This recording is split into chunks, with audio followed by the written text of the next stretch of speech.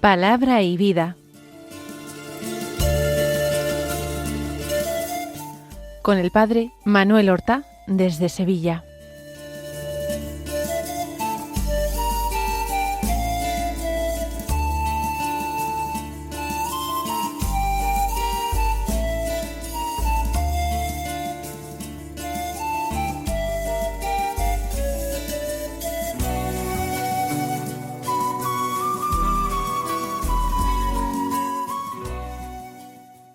En el nombre del Padre, y del Hijo, y del Espíritu Santo. Amén. Alabados sean Jesús y María. Muy buenos días, queridos amigos, oyentes de Radio María y seguidores del programa Palabra y Vida. Hoy es el martes de la 21ª semana del tiempo ordinario.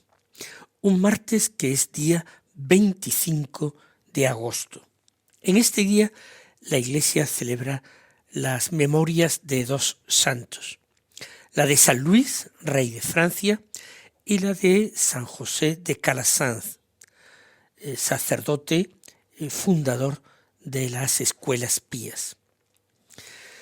Luis fue rey de Francia con el título de Luis IX y nació en el año 1214. En Poissy, cerca de Francia. Era hijo del rey Luis VIII de Francia y de Blanca de Castilla, hija de Alfonso VI de Castilla. Fue bautizado en la iglesia de Nuestra Señora de Poissy y él siempre consideró este nacimiento para Cristo en la iglesia de Poissy algo fundamental, la mayor dignidad que tenía, la de ser hijo de Dios. A la muerte de su padre él tenía solo 12 años y fue coronado, consagrado en la catedral de Reims en 1226. Su madre, Blanca de Castilla, ejerció la regencia. Y al mismo tiempo que gobernaba el poderoso reino, le enseñaba a su hijo a amar a Dios sobre todas las cosas, a temer el pecado por encima de cualquier otro mal o daño. Se casó Luis con Margarita de Provenza y tuvieron 11 hijos. Trató de dar a sus hijos la misma educación que él había recibido de su madre. A pesar de todas las obligaciones del gobierno, dedicaba mucho tiempo a la oración, participaba con mucha frecuencia en la Santa Misa y comulgaba, practicaba obras de caridad y también hacía penitencia. Atendía a los pobres, los recibía a veces en su propia mesa, visitaba enfermos, fundó hospitales para enfermos pobres, para peregrinos. Ejerció siempre la autoridad como un servicio que Dios le encomendaba en favor de sus súbditos, protegiendo a los débiles frente a los poderosos. Incluso permitía que los súbditos acudieran directamente a él cuando consideraban que habían sufrido una injusticia. Y para eso se sentaba en ocasiones bajo un gran roble en Vincennes, y escuchaba allí todas las quejas o reclamaciones que se le hacían. Acogió en Francia la reliquia de la corona de espinas de Jesús y otras reliquias de la Pasión, y para alojarlas construyó en París la Sainte-Chapelle, la Santa Capilla, como un relicario de reliquias de la Pasión de Cristo. Emprendió 2 cruzadas en defensa de los cristianos de Oriente y para reconquistar los santos lugares. En la primera de ellas empezaron en Egipto, alcanzaron una gran victoria en Damieta, en el delta de Egipto, ciudad que conquistaron, pero luego sufrieron una gran derrota y él mismo fue hecho prisionero. Tuvo que pagar un cuantioso rescate y después de recobrada la libertad, no quiso volver inmediatamente, sino que se quedó 4 años en Tierra Santa, fortificando las ciudades cristianas que todavía existían, atendiendo y cuidando a los peregrinos y procurando el rescate de los prisioneros. En el año 1270 emprendió una segunda cruzada. La expedición fue hacia Túnez, pero allí, sitiando Túnez, se declaró una epidemia entre los cruzados. Él mismo se contagió y murió allí un 25 de agosto de aquel año 1270. A su hijo le había dejado unas enseñanzas espirituales por escrito en las que le recomendaba amar al Señor sobre todas las cosas, huir del pecado, proteger a los pobres, buscar siempre la justicia, recibir siempre con buen ánimo tanto los bienes como las pruebas. San José de Calasanz, sin embargo, fue un aragonés nacido en 1557 en Peralta de la Sal, que hoy está en la provincia de Huesca. Era de una familia acomodada y recibió una excelente formación humana cristiana. Estudió filosofía, derecho, teología y fue ordenado sacerdote en 1583, a la edad de 26 años. Desempeñó distintos cargos pastorales y eclesiásticos, pero en 1592 marcha a Roma, seguramente para resolver algunos asuntos en la curia romana, pensando siempre regresar a la patria, pero Dios allí lo llamó para una misión nueva. Al recorrer algunos barrios pobres de la ciudad de Roma, y muy concretamente el Trastevere, quedó impresionado por la cantidad de niños abandonados que crecían sin educación en la calle, condenados a permanecer en la pobreza, en la marginación. Y pensando que aquellos niños no simplemente podían conformarse con recibir una limosna, sino que necesitaban una educación, decidió comenzar una obra educativa en la parroquia de Santa Dorotea, en el Trastevere.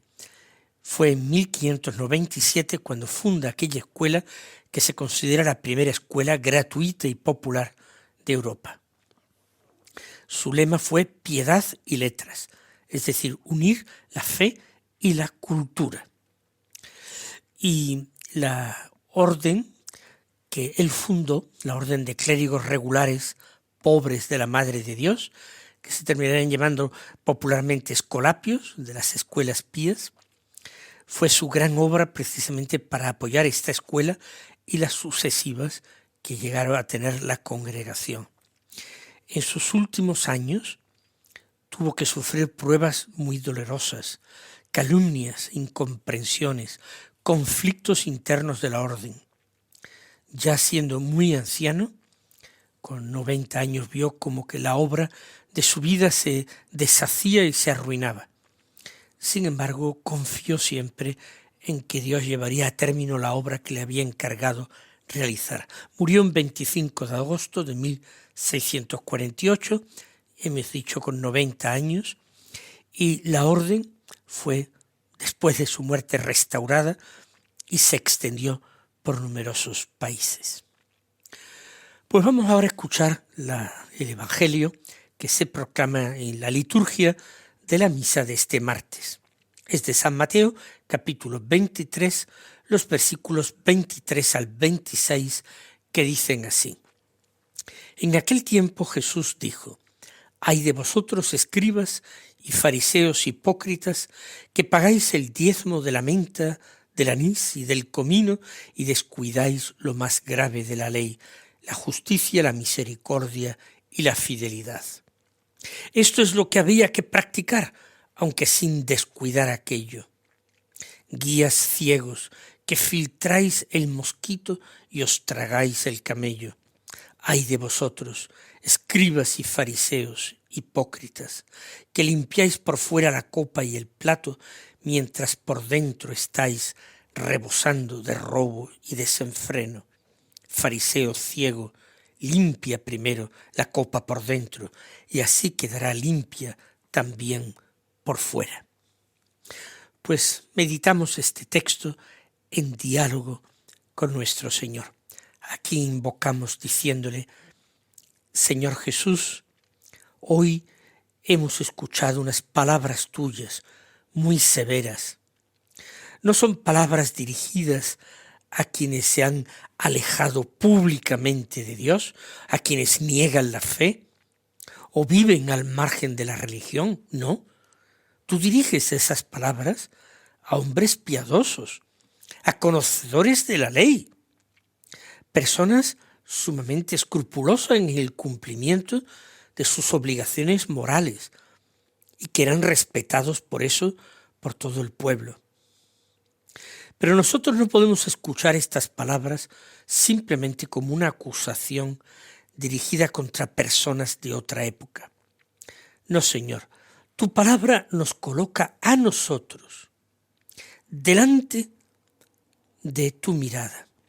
También nosotros podemos hablar de Dios, enseñar su voluntad, cumplir nuestras prácticas religiosas y, sin embargo, conservar zonas del corazón que todavía no te pertenecen. Danos, Señor, la valentía de recibir tu advertencia, sin buscar excusas, sin pensar inmediatamente que se refieren a los demás. Repite, Señor, una expresión que nos sobrecoge. Un ay de vosotros. No es la maldición de alguien que disfruta condenando. No es el grito de rabia de alguien que ha perdido el dominio de sí mismo. Es el lamento dolorido de quien, como tú, ama y ve a la persona amada caminar hacia su propia ruina. Hay en tus palabras indignación ante la mentira, pero también tristeza por aquellos que han endurecido el corazón. Tú no desenmascaras la hipocresía para humillar al pecador, al hipócrita, sino para sacudirlo, para despertarlo antes de que sea demasiado tarde. Cuando nos corriges, Señor, lo haces porque todavía esperas algo de nosotros. Nos muestras la herida que tenemos porque quieres curarla. Si descubres nuestra oscuridad es porque deseas llenarla con tu luz. Nos hablas de aquellos que pagaban el diezmo de la menta, del anís y del comino. Eran meticulosos para separar la 10ª parte de unas plantas pequeñas que crecían en sus huertos, arrancar hojitas a la hierbabuena para pagar el diezmo, contar los granitos de anís. Era ridículo. Querían cumplir la ley hasta detalles insignificantes, Señor, y demostrar de esta manera, porque querían que esto se supiera, querían demostrar que nada escapaba a su exacta observancia de la ley.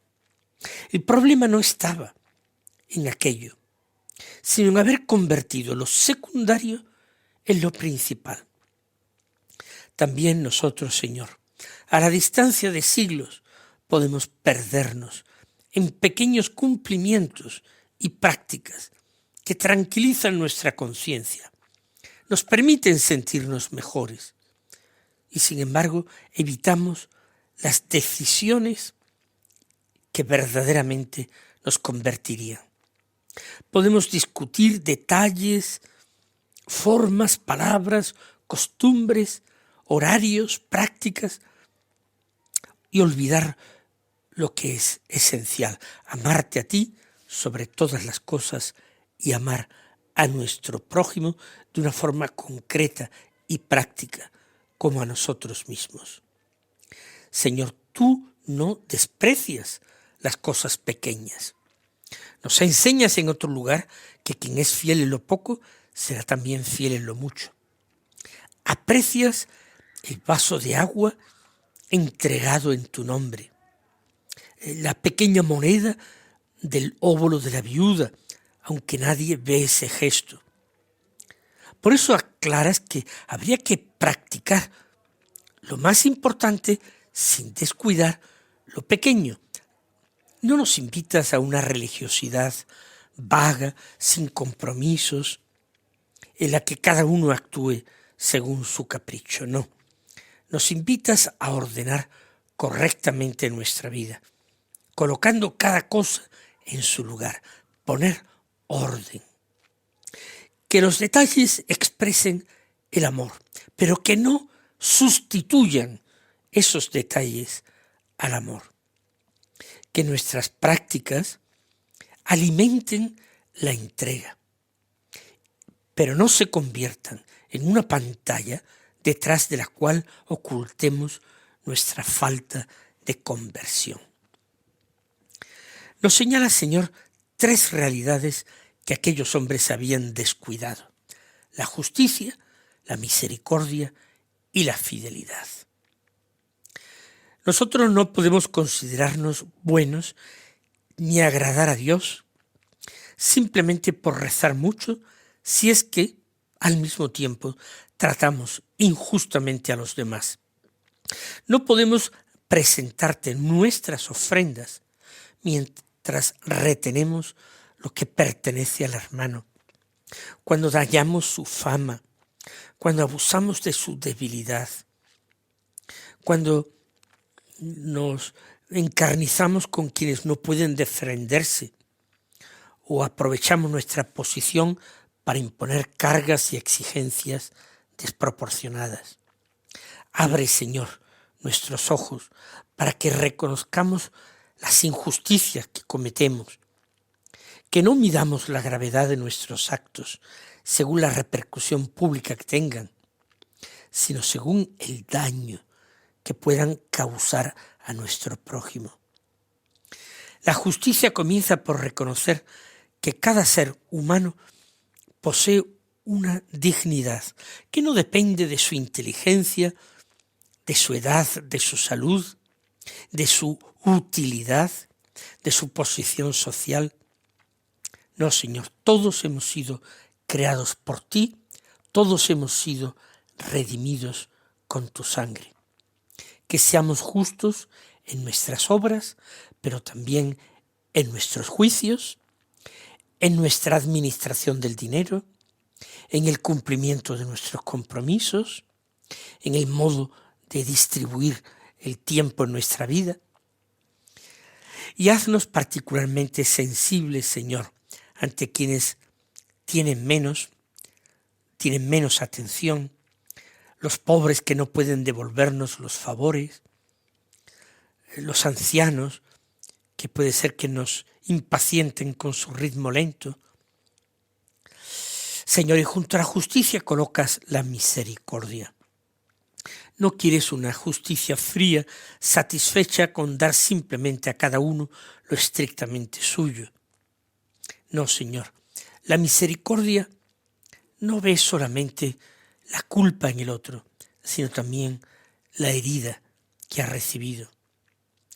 La misericordia no se limita a dar testimonio de la caída del prójimo, sino que le tiende la mano para levantar al caído. Señor Jesús, nosotros necesitamos continuamente tu misericordia, pero no cuesta mucho trabajo el dársela a los demás. Señor, comprende nuestras debilidades. A pesar de que exijamos a los demás una perfección inmediata, tú actúa con paciencia con nosotros. Haz nuestro corazón, Señor, semejante al tuyo, dispuesto siempre al perdón y a la comprensión. La tercera realidad es la fidelidad. Fidelidad a ti, a los compromisos asumidos, a las personas que has confiado en nuestro cuidado. Señor, tú permaneces fiel incluso cuando nosotros no somos fieles. No retiras tu amor cuando dejamos de merecerlo. No abandonas la obra de tus manos cuando encuentras resistencia en nosotros. Enséñanos esa fidelidad paciente, que sabe permanecer, esperar, reconstruir, comenzar de nuevo. Y diriges luego a los fariseos una expresión muy desconcertante y muy fuerte: guías ciegos. Porque aquellos hombres pretendían conducir a otros y sin embargo no eran capaces de ver su propio camino. También nosotros, Señor, podemos aconsejar con facilidad. Podemos examinarnos con mucha indulgencia a nosotros mismos. Percibimos enseguida una pequeña incoherencia en los demás, pero no advertimos contradicciones mucho mayores que se esconden en nosotros. Señor, concédenos la luz del Espíritu Santo. Antes de señalarle el camino a nadie, enséñanos a dejarnos conducir por ti. Antes de corregir a los demás, haz que nos preguntemos si vivimos aquello que exigimos. Y cuando tengamos la responsabilidad de orientar a otros, que lo hagamos con humildad, sabiendo que nosotros también necesitamos ser guiados. Filtráis el mosquito y os tragáis el camello. La imagen posee una gran fuerza, Señor. No nos hace precisamente sonreír, porque detrás de ella se esconde una verdad muy seria. Podemos a veces exagerar los defectos pequeños de los demás y sin embargo tolerar en nosotros actitudes más graves. Nos escandaliza una palabra desafortunada, mal dicha, pero no nos escandaliza nuestra falta de caridad. Nos molesta una incorrección en el prójimo, pero no nos molesta el orgullo que tenemos cuando la juzgamos.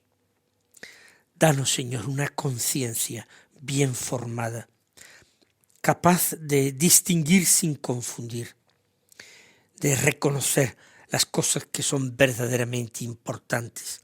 Líbranos del peligro de utilizar la religión para sentirnos superiores a los demás. Podemos servirnos incluso de tus dones para alimentar la propia vanidad. Podemos convertir incluso el conocimiento de nuestra fe en un motivo para despreciar a los que saben menos, a los que te conocen menos. Podemos convertir nuestras prácticas espirituales en una medida con la que juzgamos a los demás. Nosotros vamos a misa, nos confesamos, rezamos el rosario. Recuérdanos, Señor, que todo lo bueno que hay en nosotros procede de ti. Si hemos recibido más luz, tenemos una responsabilidad mayor. Si conocemos tu voluntad, debemos vivirla con más humildad. Si nos has concedido servirte, Señor, solo podemos decirte que somos siervos inútiles, que lo que debíamos hacer, eso hicimos, ni más ni menos. Mis queridos hermanos, que el Señor os colme de sus bendiciones y hasta mañana, si Dios quiere.